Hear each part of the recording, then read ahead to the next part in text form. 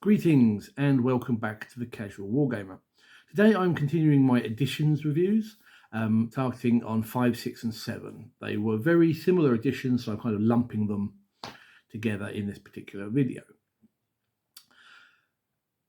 5th edition came out, I think, end of the OOs, and it was a big improvement, I think, over 4th edition.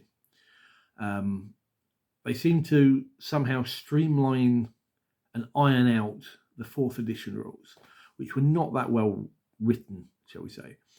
And I can certainly say that it seemed to have done the job, because we got a lot of new players at our club at the time when 5th edition dropped. It was very, very good.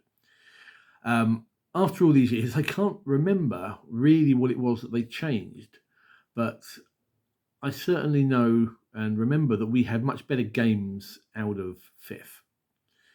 And one of the reasons for this was 2 source books that they released for the game, called Battle Missions and Planetfall, Planet Strike. I'm going to call it Planetfall because I can't remember when I started saying this. Battle Missions was one of my absolute favourites. I still have a copy around here somewhere. One day maybe I'll dig it out and try and get people to try it under 10th, if the rules adapt particularly well. So Battle Missions had a series of narrative missions, 3 for each army in the game. I don't remember Demons being one of them, but I could be wrong. And at the time we didn't have Custodes or GSC. But everybody else got 3 missions that sort of showcased how their army worked. And we used to play the heck out of this. The missions were great. You didn't have to play them specifically with those armies. You could play them with anybody, but they worked better if you played a particular army that they were designed around.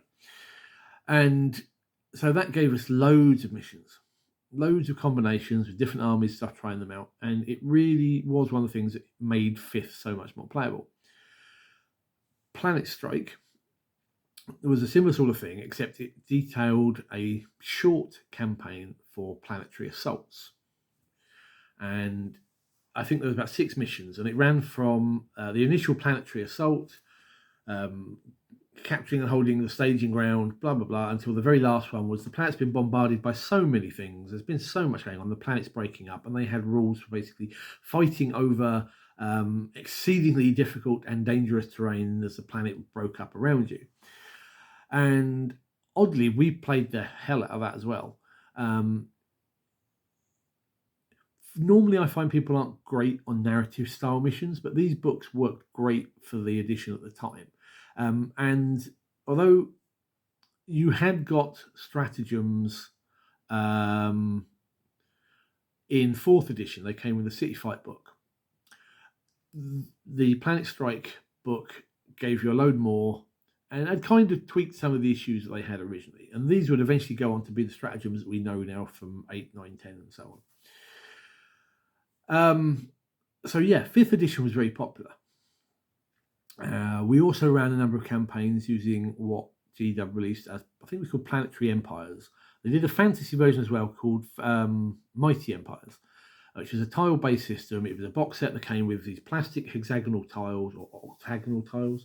And a kind of very basic campaign system where you could add units, no sort of real paperwork, but it was quite fun. And we used to run a number of campaigns with that.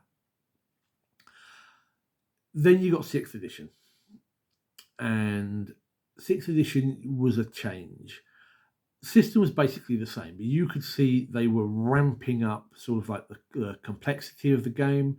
A lot of the balance started to go out.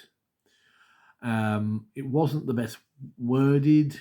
It did, however, come with 2 things that you could, in hindsight, could see being influences on later editions. The first was, I can't remember what they actually called them, but they weren't needed for regular match play, and you certainly wouldn't use them in a tournament setup. But you had planetary environments, shall we say. So things like you had a Arctic world where the get hot rule for plasma weapons to blow up didn't exist. You then had the opposite of that as a radiated world where you would have plasma weapons exploding on a 1 or a 2. There was a low gravity one, so as long as you didn't fly, you got extra movement. And things like that. And we printed these out on a series of cards and did a load of stuff with them, and it was really cool. The second thing was they introduced the tactical objectives deck, very similar to what we have with Leviathan. But in this one, you always had 6 objectives on the table, and they were numbered 1, 2, 3, 4, 5, and 6. And you would draw cards, and it might be assassinate, kill a character, or kill the warlord. It might be capture a table quarter. And you might have capture objective 3, which meant, maybe objective 3 was all the way over there, and you had to somehow get your army over to do it. You might have taken hold objective 4, which meant you had to get to objective 4 and hold it back until your turn, and things like that. And it made battles feel a little bit more organic. And I'm glad that they kept tactical objective decks through the next editions.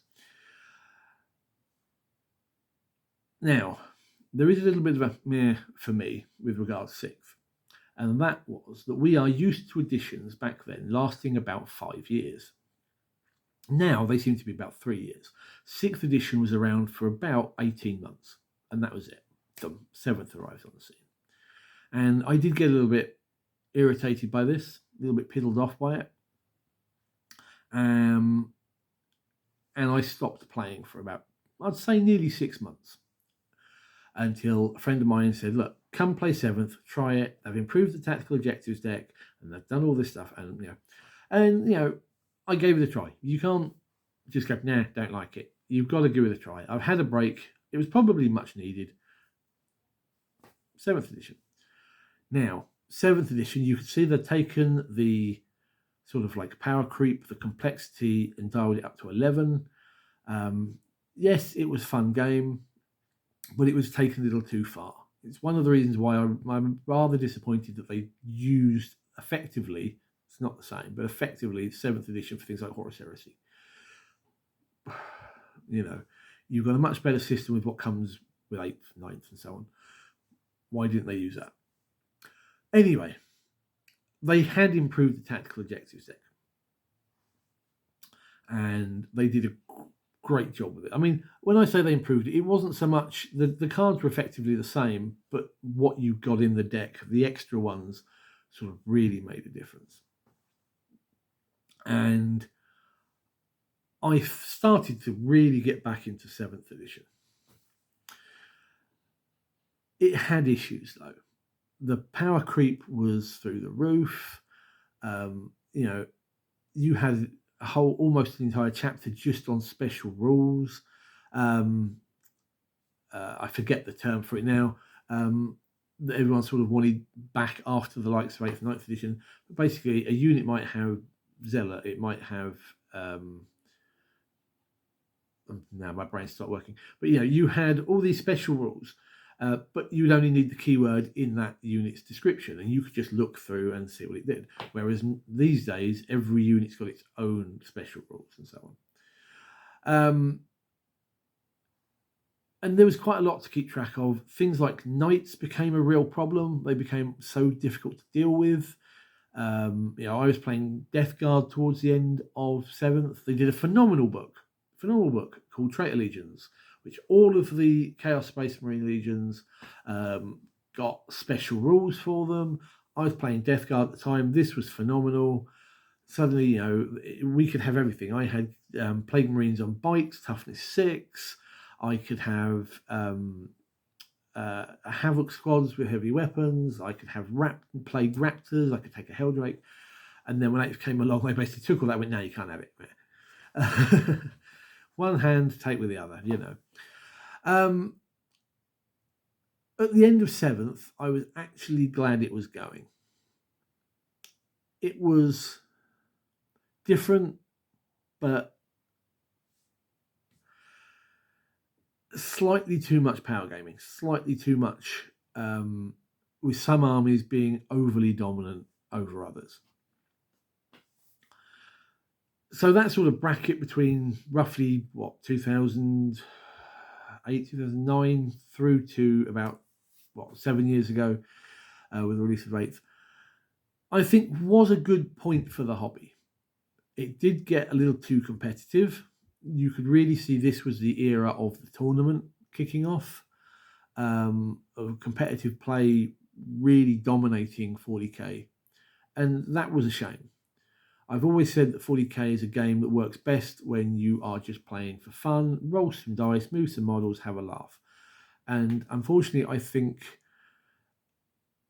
6th and 7th edition was like the complete antithesis of that.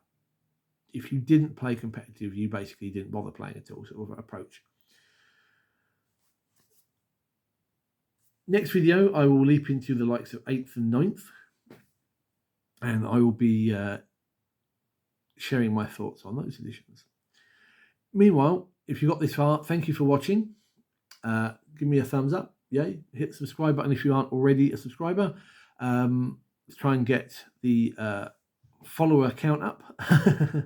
And let me know your thoughts on your experiences with those editions, 5, 6, and 7, down below.